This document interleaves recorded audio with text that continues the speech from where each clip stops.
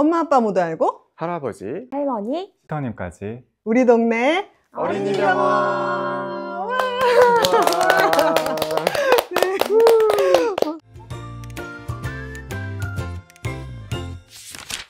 안녕하세요. 저는 소아청소년 정신건강의학과 전문의 박소영입니다. 제가 지금 ADHD 시리즈를 하고 있잖아요. 그런데 이 ADHD라는 질환은 정말 광범위하고 소아정신과에서 굉장히 중요한 질환이기 때문에 저 혼자로서는 도저히 감당할 수 없다.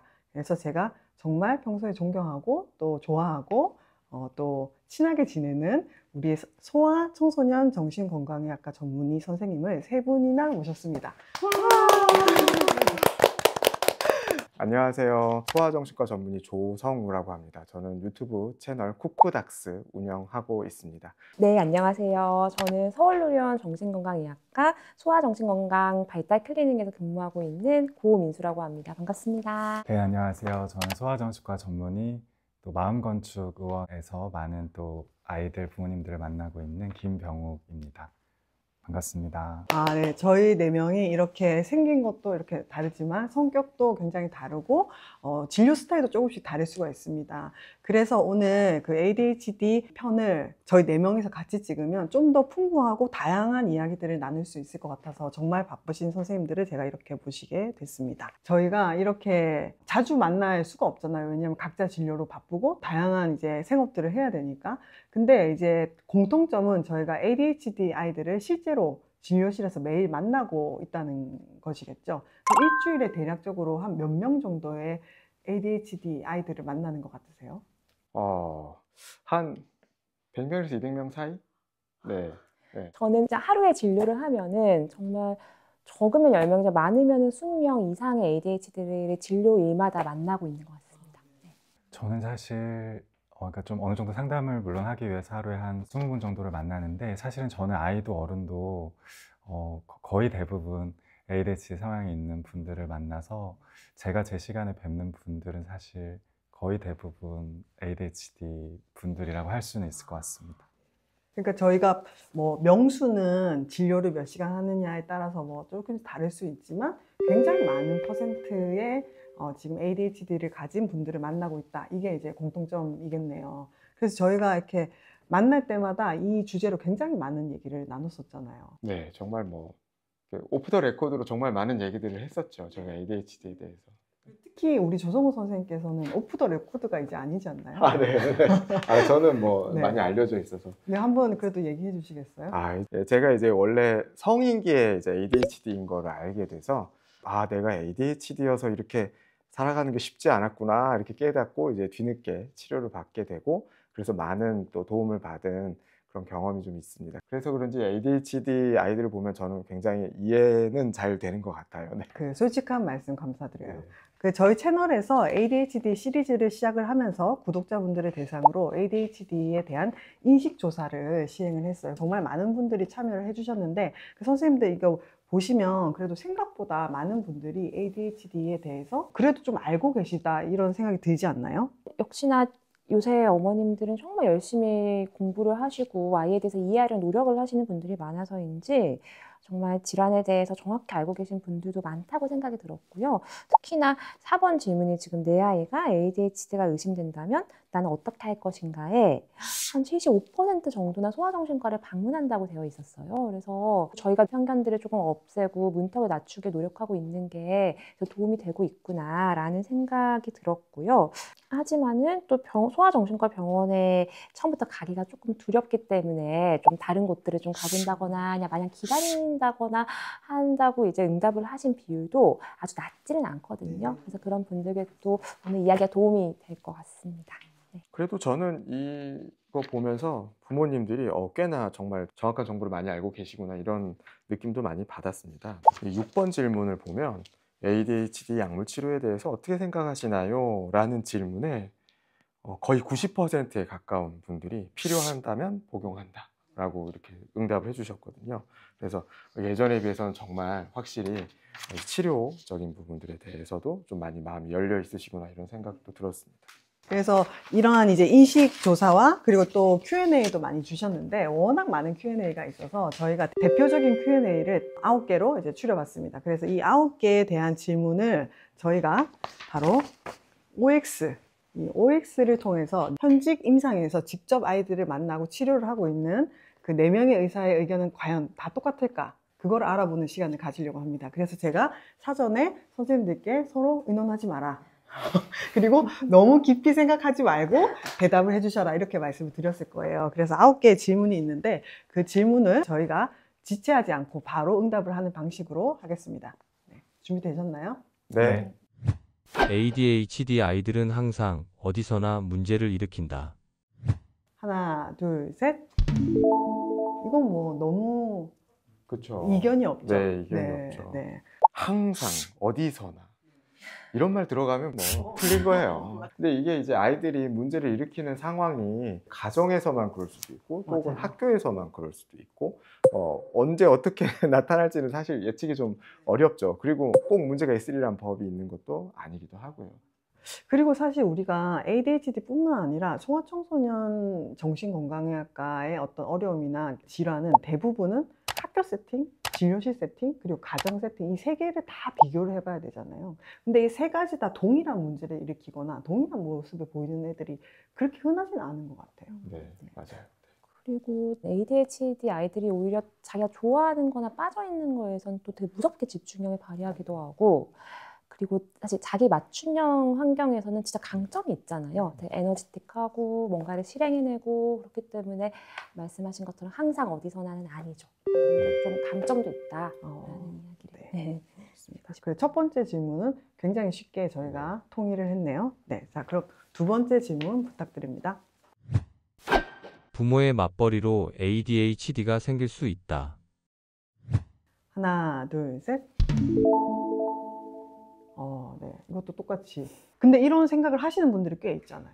네. 좀 안타깝습니다. 네, 그리고 ADHD면 또 일을 그만둬야 되나 이런 생각도 하시고 내가 어렸을 때 잘 못 봐줘서 그런가 뭐 이런 고민들도 하시고 맞아요. 이 부모님들 입장에서는 죄책감이 좀 많은 것 같아요. 애가 진단 이제 ADHD입니다 이렇게 진단했을 때 저희가 뭘 잘못해서 그런가요? 혹시 저희가 바빠서 아이를 제대로 키우지 못해서 그런가요? 정말 전혀 그런 게 아니라서 그렇게 죄책감 갖거나 마음 아파하시거나 내가 뭘 잘못했을까 후회하시거나 이러시지는 않았으면 좋겠다는 생각합니다. 여기서도 이 구독자분들께 답해 주신 것도 보니까 부모 양육이 원인이다라고 하는 비율이 7%는 되거든요. 근데 ADHD는 정말 오래전부터 연구가 되어서 온 결과 환경이나 양육이 발생 원인으로 차지하는 비율은 더 적고, 유전이나 뭐 뇌신경 발달이나 신경전달 물질과 같은 그런 어떤 조금 뇌와 관련된 원인이 있다고 밝혀진 신경 발달 질환이잖아요. 그래서 그런 생각은 좀 안 하셔도 되지 않을까라고 생각이 듭니다. 저는 정말 이거는 약간 생물학적인 요소가 크고, 그러니까 타고난 기질과 같은 성향이기 때문에 뭐 맞벌이라든지 어떤 양육 태도 때문에 그렇지 않은 아이가 이제 ADHD가 생기는 경우는 거의 없고, 그냥 타고난 성향으로서 이해하실 수 있도록 돕고 있어서 그런 뭐 관련된 어떤 걱정이나 죄책감이나 이런 것들은 더 이제 덜어내셨으면 좋겠습니다. 네, 이렇게 전문가분들께서 이렇게 입을 모아서 말씀해 주시니까 우리 부모님들이 좀 마음이 편해지셨을 것 같습니다. 네, 다음 질문입니다. 부모 중 한 명이라도 ADHD라면 자녀는 무조건 ADHD이다. 네, 하나, 둘, 셋. 네.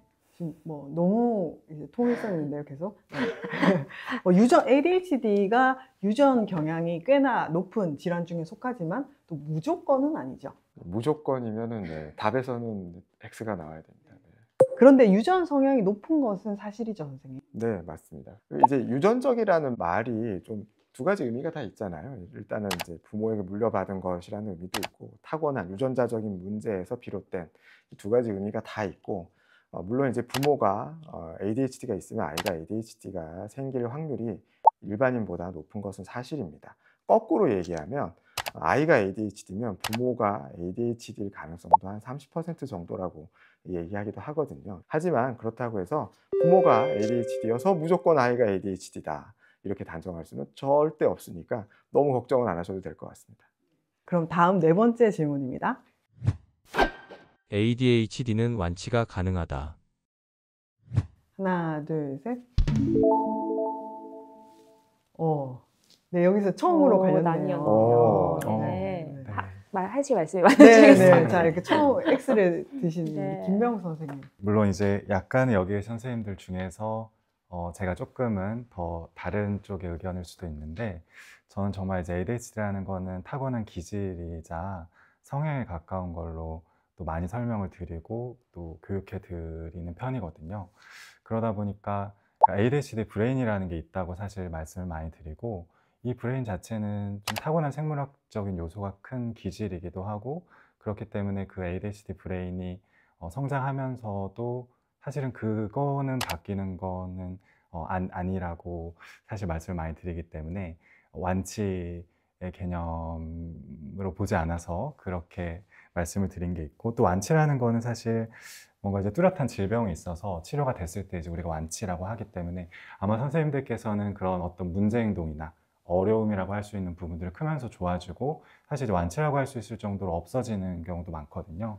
그래서 완치라고 해주신 것 같고, 저는 조금 더 그 질병을 넘어서 하나의 이제 성향으로 봤을 때는 이게 어려운 점, 단점은 계속 사실 줄어들면서 보완해 갈 수가 있고, 오히려 그런 장점은 계속 키워갈 수가 있기 때문에 그런 면에서 완치라는 개념이 없다, 약간 이렇게 말씀을 드리게 된 것 같습니다. 아마도 저희가 약간 의견이 나뉜 거는 완치의 개념을 무엇으로 보냐에 따른 것 같아요. 이거를 증상이 하나라도 남아있으면 그럼 계속되는 걸로 보냐, 아니면은 증상은 있지만 그래도 일상을 수행해 나갈 수 있는 자기만의 어떤 능력들이나 어떤 방법들을 터득해 가면서 일상의 어려움들이 점점 줄어들면서 살아가느냐, 사실 그 개념에 따라서 이제 그 기준이 다른 거죠. 저는 그래도 점점 아이들이 자기 자신만의 어떤 방법들을 터득해서 일상의 기능들을 수행해내기 시작하면은 저는 그것 또한 어떤 완치이지 않을까라고 생각하는, 조금이라도 좀 긍정적으로 보고자 하는 또 입장이라서, 사실은 비슷하게 보겠지만은 이런 O와 X로의 어떤 기준으로 조금 나뉘지 아니었나라고 생각을 합니다. 네, 전 두 분 선생님 말씀에 둘 다 굉장히 공감을 하고요.